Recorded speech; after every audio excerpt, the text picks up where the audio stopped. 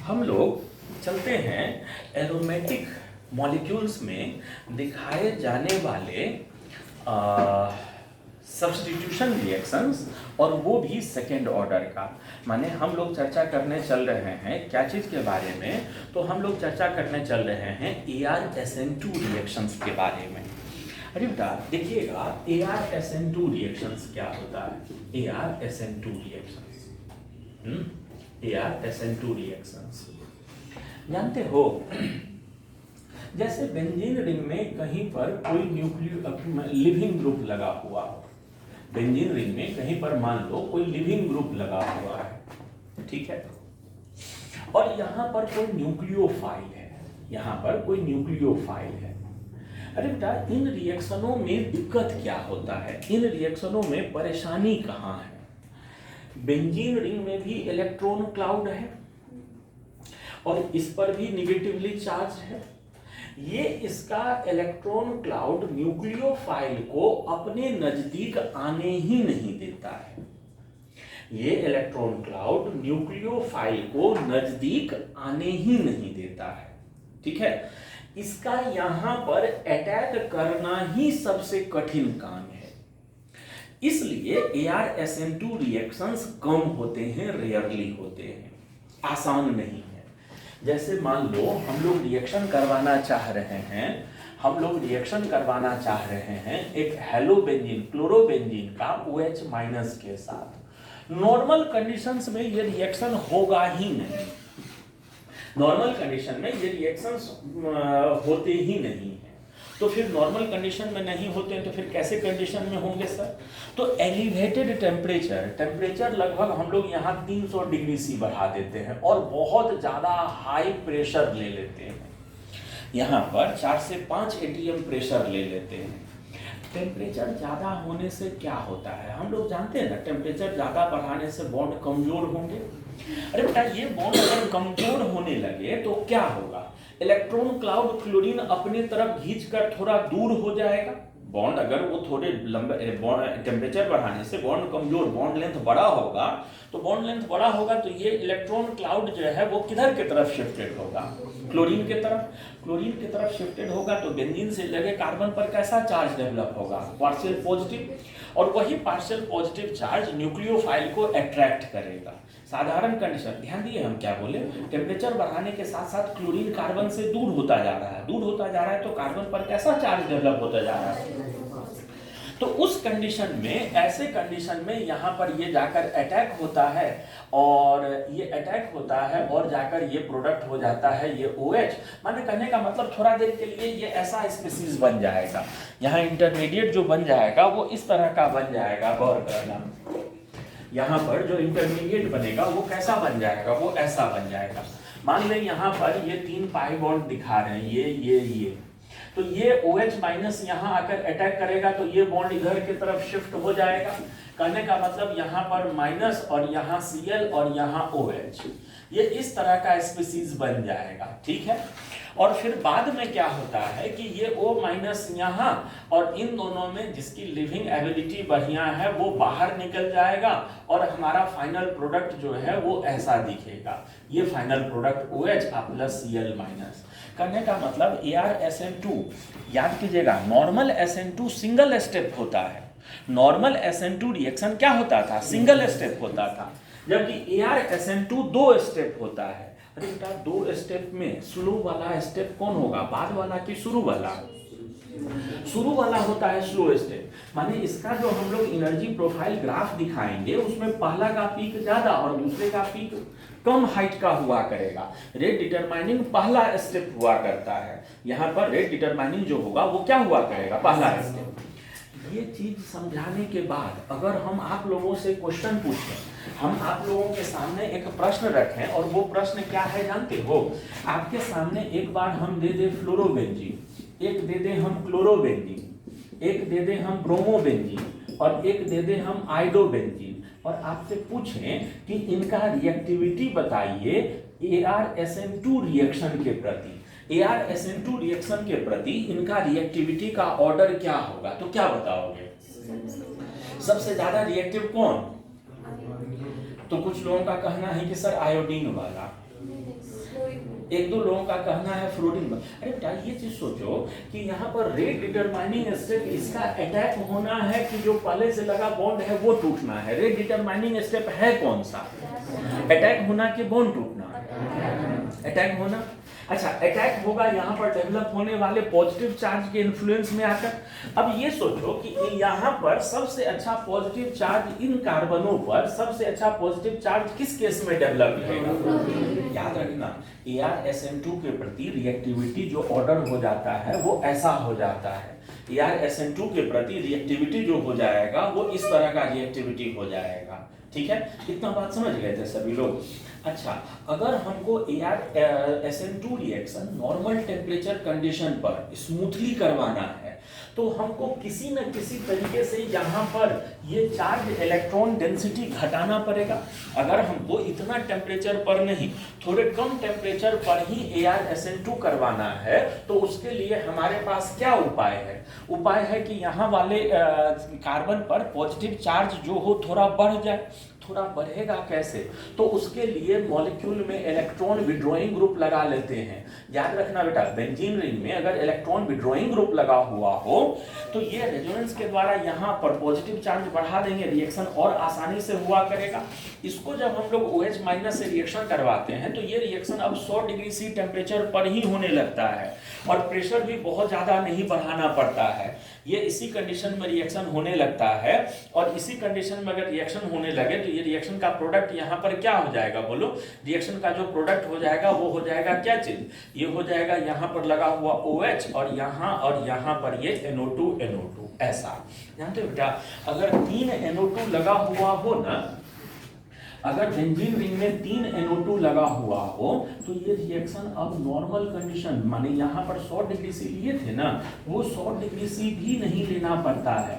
3 NO2 लगा हुआ हो तो अब नॉर्मल कंडीशन में ये रिएक्शन होने लगता है। नॉर्मल कंडीशन में ये रिएक्शन होने लगे तो उधर का प्रोडक्ट क्या हो जाएगा? वो उधर का जो प्रोडक्ट हो जाएगा वो हो जाएगा यहाँ OH और ये NO2, ये NO2 और ये NO2। ये ट्राइनाइट्रोफेनॉल है, इसको पिक्रिक एसिड बोलते हैं। ट्राइनाइट्रोफेनॉल को ही क्या नाम से बोलते हैं? इस मॉलिक्यूल को क्या नाम से पुकारते हैं? पिक्रिक एसिड के नाम से पुकारा करते हैं। ठीक है, तो ये हम लोग चर्चा। रिएक्टिविटी ऑर्डर याद रखना, ArSN2 में रिएक्टिविटी ऑर्डर ये होता है। नॉर्मल SN जो 2 रिएक्शन होता था वो सिंगल स्टेप होता था, जबकि ArSN2 रिएक्शन जो होता है वो 2 स्टेप का रिएक्शन हुआ करता है। और उस 2 स्टेप में भी जो पहला स्टेप है वही इसका रेट डिटरमाइनिंग स्टेप हुआ करता है। तो ये हम लोग चर्चा कर रहे थे क्या चीज के बारे में? ये हम लोग चर्चा कर रहे थे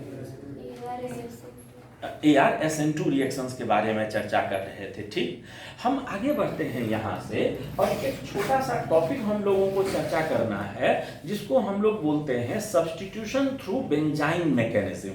ये बिल्कुल अलग तरह का होता है और कुछ जगहों पर इसके भी क्वेश्चंस देखने को मिलते हैं। वो स्टीरियो सेलेक्टिव और स्टीरियो स्पेसिफिक रिएक्शन हमको लगता है पहले बता चुके हैं हम। स्टीरियो सेलेक्टिव रिएक्शन क्या है, स्टीरियो स्पेसिफिक क्या है, हम हाइड्रोकार्बन में ही बता चुके हैं।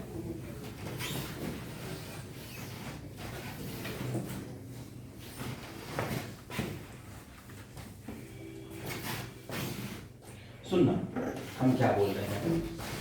हम बोल ये रहे हैं कि अभी हम चर्चा करने चल रहे हैं क्या चीज के बारे में? अरे बेटा, तो हम लोग चर्चा कर रहे थे क्या चीज के बारे में? तो सब्स्टिट्यूशन थ्रू बेंजाइन मैकेनिज्म। देखिएगा, हम लोग अभी चर्चा करने चल रहे हैं कहाँ पर? तो हम लोग चर्चा करने चल रहे हैं substitution through benzene mechanism.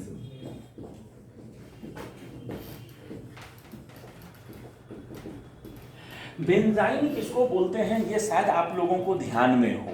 Benzene किसको बोलते हैं ये शायद ध्यान में हो। ठीक है, देखो यहां पर हम कर क्या रहे हैं? यहां पर हम कर क्या रहे हैं? देखना, कंसेप्ट बहुत सीधा लिखेंगे, हम पूरा बोर्ड लिखते लिखते भर देंगे, लेकिन कंसेप्ट उसके पीछे एक ही लाइन का है। वो लाइन अगर समझ में आ गया तो बोर्ड पर जितना भी चीज लिखा हुआ रहेगा वो आसान लगने लगेगा कि अच्छा ये ऐसे ऐसे हो रहा है। आप ध्यान से देखते रहिएगा। जैसे मान लो हमने यहां पर एक मॉलिक्यूल ले लिया है क्लोरोबेंजीन और इसको हमने रिएक्शन करवाया है एक बहुत मजबूत बेस NH2-। दूसरा मॉलिक्यूल जो यहां पर हम लेने जा रहे हैं वह मॉलिक्यूल होगा जिसमें एक CH3 लगा हुआ होगा और जो क्लोरीन होगा ये CH3 लगा हुआ होगा। जो क्लोरीन होगा वह ऑर्थो पोजीशन पर होगा, ठीक है। और दूसरा केस लेने जा रहे हैं जिसमें फिर से टॉलिन होगा और जो क्लोरीन यहां इसमें हम लगाने जा रहे हैं वह क्लोरीन हम लगाने जा रहे हैं किस पोजीशन पर, तो क्लोरीन लगा हुआ होगा क्लोरीन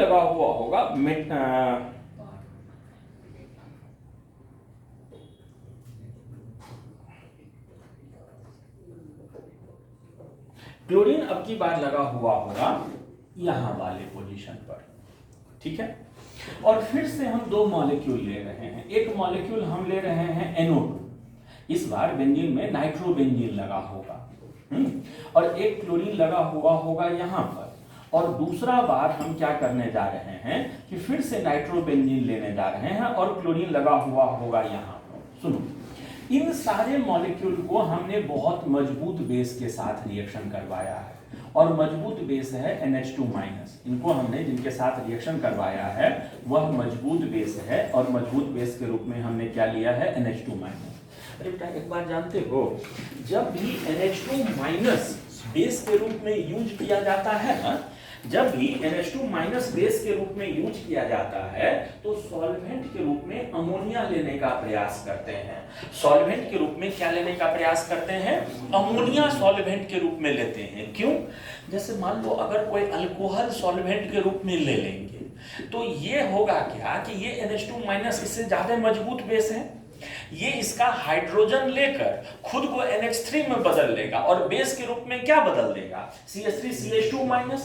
तो कुछ परसेंट में बेस हो जाएगा CH3 CH2O-, कुछ परसेंट में सॉल्यूशन में बेस रह जाएगा NH2-। तो बेस जहां पर दो तरह का हो गया तो प्रोडक्ट में भी दो अलग अलग वैरायटी का प्रोडक्ट बनने का चांस हो।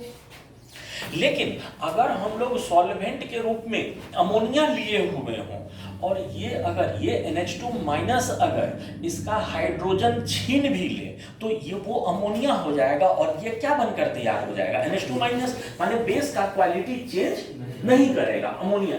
इसीलिए देखना, जब भी अगर अल्कोहल, मान लो अल्कोक्साइड बेस अगर यूज किया गया है तो सॉल्वेंट के रूप में इसीलिए क्या यूज कर लिया जाता है? सॉल्वेंट के रूप में फिर अल्कोहल यूज कर लिया जाता है ताकि सॉल्वेंट और बेस के इंटरेक्शन का खतरा, उनमें आपस में रिएक्शन होने लगे, ऐसा चीज न हुआ करे। बात समझ में आया?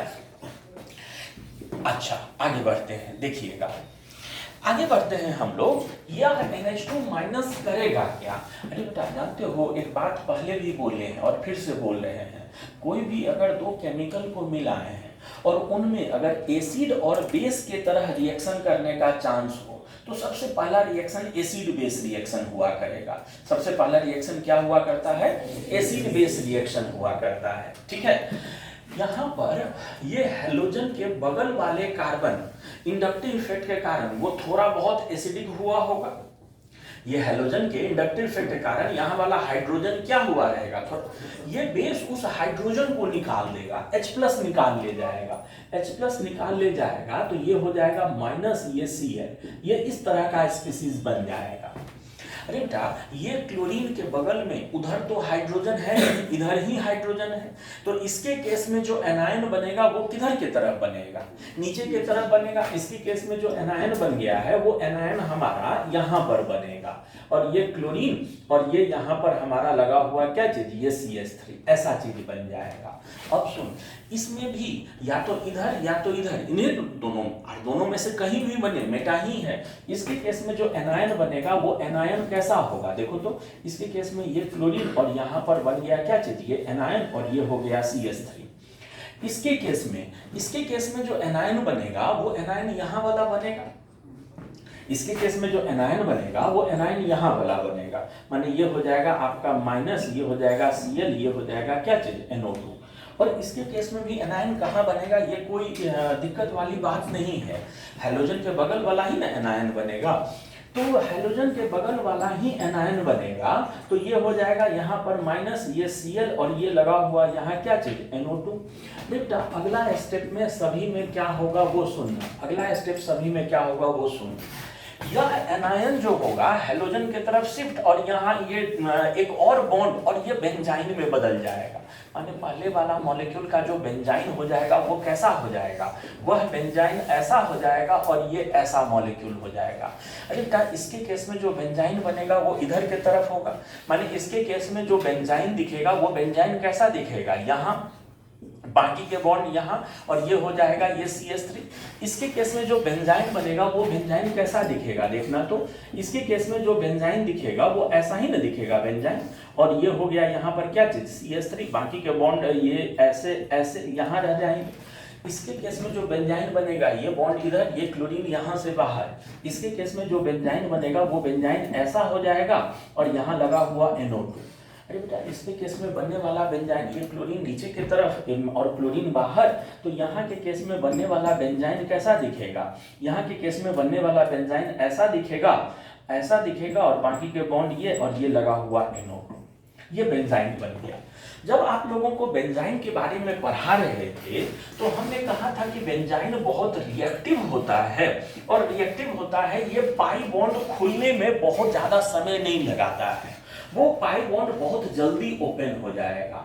और ये बेंजाइन में जो एक्स्ट्रा पाई बॉन्ड बना है वह पाई बॉन्ड अगर ओपन होगा तो दोनों में से किसी एक कार्बन पर प्लस और किसी एक कार्बन पर निगेटिव चार्ज आ जाएगा। अरे बेटा यहाँ पर यहाँ माइनस यहाँ प्लस या यहाँ माइनस यहाँ प्लस इक्विवेलेंट है, कोई दिक्कत नहीं है। और जहां पर प्लस चार्ज आएगा वहीं पर ना NH2 माइनस अटैक कर जाएगा, वो प्लस आएगा तो माइनस का अटैक होगा, तो वो NH2 माइनस यहाँ भी अटैक कर सकता है, क्योंकि कहीं भी माइनस प्लस आ सकता है। तो कहीं एक जगह NH2 माइनस का अटैक करवा दो और कहीं एक जगह कैसा चार्ज डेवलप करवा दो, कहीं एक जगह डेवलप करवा दो कैसा चार्ज, बोलो हाँ, प्लस के जगह पर और माइनस चार्ज डेवलप करवा दो। अरे बेटा इसके केस में सुनो, वहां ना सब कुछ ये था, इक्विवेलेंट था। इसके केस में अच्छा एक बात समझ, बेंजाइन में जो ये एक्स्ट्रा वाला पाई बॉन्ड है उस पर रेजोनेंस का असर नहीं होगा।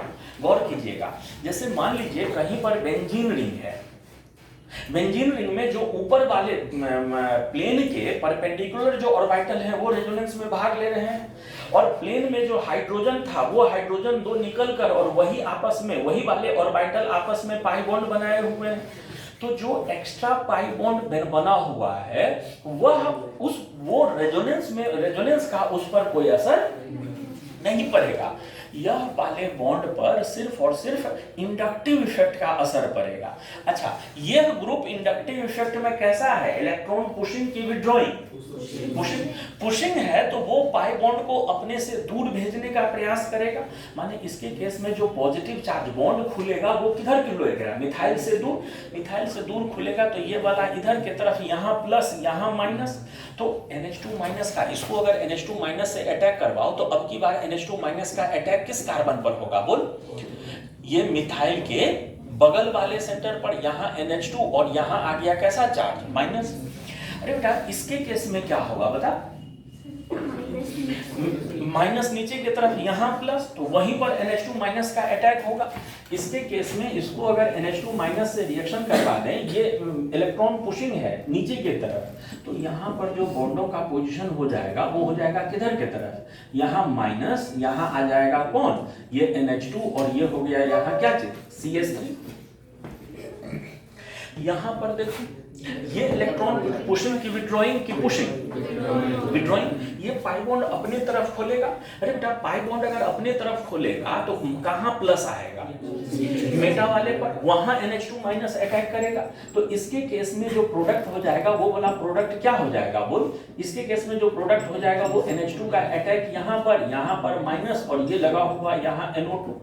इसके केस में फिर से इलेक्ट्रॉन विड्रॉइंग है, ये वाला बॉन्ड इधर की तरफ खुलेगा तो यहाँ प्लस आएगा और वहीं पर आकर अटैक करेगा कौन, NH2 माइनस, और यहाँ पर ये माइनस हो जाएगा और ये लगा हुआ है यहाँ क्या चीज, NO2। अब याद है हम लोग सॉल्वेंट के रूप में क्या यूज किए थे?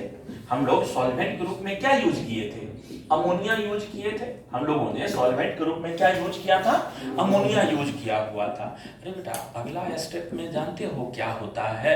अगला स्टेप में ये जो हमारा सॉल्वेंट है, यह सॉल्वेंट एक हाइड्रोजन देकर उसको न्यूट्रल स्पीसीज में बदल लेगा। H+ देकर उसको न्यूट्रल स्पीसीज में बदल लेगा। माने ये न्यूट्रल में बदल जाएगा तो यहाँ वाला प्रोडक्ट कैसा दिखने लगा? ये NH2। यहाँ वाला प्रोडक्ट कैसा? अब की बार खाली माइनस सब जगह हटा देना है, ये CH3, ये NH2। तो ये बेंजाइन, बात समझ गए? इस सब में कैसा प्रोडक्ट हो जाएगा, ये समझ गए? तो यहाँ पर पहले बेंजाइन बना है और वो बेंजाइन में सब्स्टिट्यूशन हुआ है। यहाँ दो चीज देखिए, इसमें पूरे में दो बात देखिए। रिएक्शन इंटरमीडिएट बेंजाइन बनकर अगर रिएक्शन होता है तो उस रिएक्शन को एलिमिनेशन एडिशन मैकेनिज्म भी बोलते हैं, क्योंकि पहला स्टेप टोटली एलिमिनेशन का है। अरे यहाँ से एक हाइड्रोजन हैलोजन हटा, यहाँ से हाइड्रोजन हटा, दो चीज हट रहा है और एक नया बॉन्ड बन रहा है। ये टोटली एलिमिनेशन नहीं हो गया? यहाँ से लेके यहाँ तक एलिमिनेशन। इससे यहां से आगे देखें तो एक जगह NH2 आया और दूसरे जगह हाइड्रोजन आया, एडिशन। तो इसलिए इसको एलिमिनेशन एडिशन भी बोलते हैं। और इसमें खासियत एक क्या है, देखो थोड़ा सा इस वाले रिएक्शन को ध्यान से देखो, थोड़ा सा इस वाले रिएक्शन को ध्यान से देख, थोड़ा सा इस वाले रिएक्शन को ध्यान से देख। जनरली हम लोगों का आदत हो जाता है जहां लिविंग ग्रुप है वहीं पर अटैकिंग रिएजेंट लगाने का, लेकिन बेंजाइन मैकेनिज्म से रिएक्शन हो रहा हो, ये हैलोजन हटा है यहाँ से और अटैकिंग रिएजेंट आकर लगा है कहाँ पर? यहाँ पर। फाइनल प्रोडक्ट जो बनेगा वो प्रोडक्ट कैसा हो जाएगा? फाइनल प्रोडक्ट जो बना है वो फाइनल प्रोडक्ट ये NH2 और यहाँ लगा हुआ CH3 है। तो कई बार हैलोजन जहाँ लगा है उसके बगल वाले ऑप्शन को चुनने में बड़ा परेशानी होने लगता है कि हाय राम, ऐसा कैसे होगा। हमेशा याद रखना, किसी हैलोजन लगे हुए बेंजीन को NH2- बेस के साथ रिएक्शन करवाया जाए तो वहां पर हमेशा रिएक्शन हुआ करेगा किस मैकेनिज्म से? बेंजाइन मैकेनिज्म से। और बेंजाइन मैकेनिज्म में बेंजाइन कैसे बनेगा वो भी इंडक्टिव इफेक्ट डिसाइड करता है, और बेंजाइन बनने के बाद वो पाई बॉन्ड किधर के तरफ खुलेगा वो भी डिसाइड करता है। सिर्फ और सिर्फ क्या चीज? इंडक्टिव इफेक्ट डिसाइड करता है। इतना चीज अगर याद रहे तो बेंजाइन मैकेनिज्म से प्रोडक्ट या इस पर बने क्वेश्चन को बताने में दिक्कत नहीं हुआ करेगा। तो यहां तक हम लोग पढ़ रहे थे सब्स्टिट्यूशन रिएक्शंस के बारे में। शुरू में जब हम लोग एल्केन पढ़ रहे थे तो वहां पर फ्री रेडिकल सब्स्टिट्यूशन का चर्चा किए थे, और अल्काइल हैलाइड जब से शुरू किए हैं तब से पहले इलेक्ट्रोफिलिक सब्स्टिट्यूशन और फिर हम लोग न्यूक्लियोफिलिक सब्स्टिट्यूशन का चर्चा किए हैं। रिएक्शन मैकेनिज्म में जो अगला हम लोग चर्चा करेंगे वो होगा एलिमिनेशन रिएक्शंस। एलिमिनेशन रिएक्शंस कितने तरह के होते हैं? तो मेनली दो तरह के होते हैं, एक को E1 बोलते हैं, एक को E2 बोलते हैं। और E1 E2 क्या होता है, कैसे एलिमिनेशन होता है और उसके क्या क्या अलग अलग प्रोस्पेक्ट्स हैं उसके बारे में चर्चा करेंगे। और एलिमिनेशन खत्म होते ही हम लोग मेन अल्काइल हैलाइड के प्रिपरेशन और उनके प्रॉपर्टी चर्चा करके अल्काइल हैलाइड चैप्टर को खत्म करेंगे। तो हम लोग अगले लेक्चर में मिलते हैं किस रिएक्शन के साथ? तो एलिमिनेशन रिएक्शन के साथ। तब तक के लिए सभी को बाय।